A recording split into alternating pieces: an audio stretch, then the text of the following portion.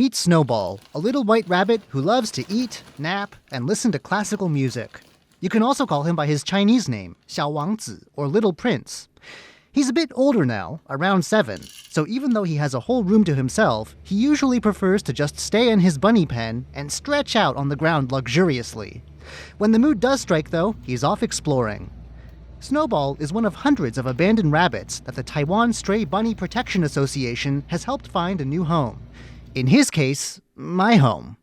The association rescued him from a park near Taipei, where it seems his previous owner had dumped him. We met a year ago when I went to the association's bunny shelter to do a radio interview. And, well, to make a long story short, he ran over to say hi, I kept coming back to volunteer and see him, and after an adoption process, here we are. It's a busy Sunday at the shelter.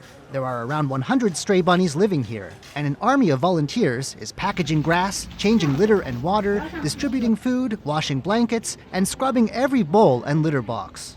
One of the senior volunteers, Ms. Wei, is sitting with one of the most affectionate bunnies here, a large white bunny with pink eyes. He's called 小学生, which means elementary school student, because he was found at an elementary school. Like many of the shelter's more furry residents, he's been shaved to keep him cool in Taiwan's hot and sticky summer.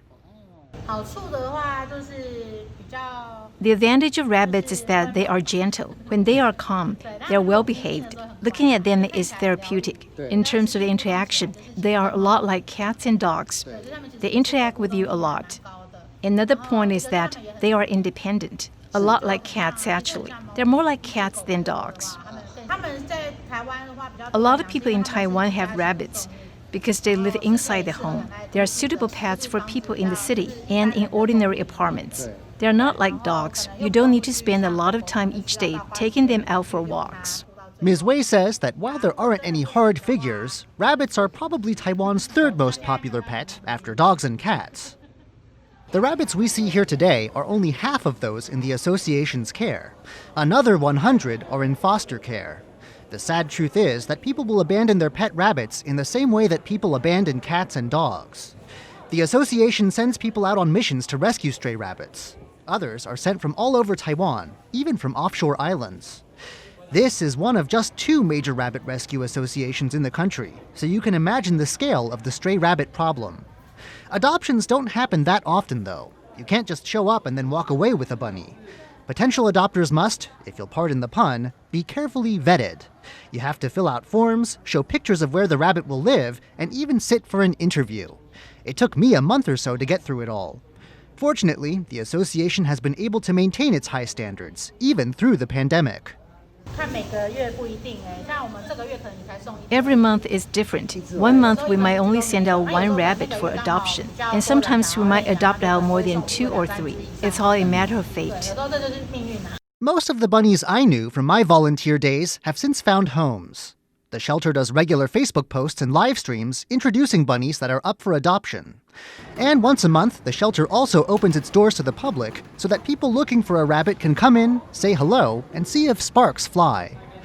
While some countries have seen an uptick in adoptions during the pandemic, Ms. Wei tells me that the numbers stayed the same in Taiwan because we never went under lockdown. And that's a good thing, she says.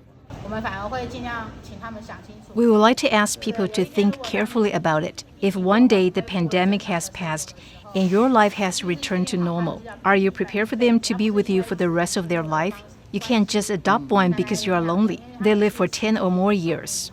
If you can't adopt, the association provides regular live streams. Perhaps similar groups in your area do too, ready for some vicarious viewing.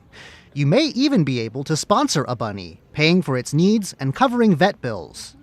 If you are truly ready, though, please don't hesitate to adopt. I found myself taking Ubers across the city after work just to say goodnight to him before the shelter closed. If that's how strongly you feel, and you can provide all your friend will need, then go for it. You'll get a friend for life, and you might just grow as a person, too. Xiao Wangzi has been with me for almost a year, and I've certainly learned from him.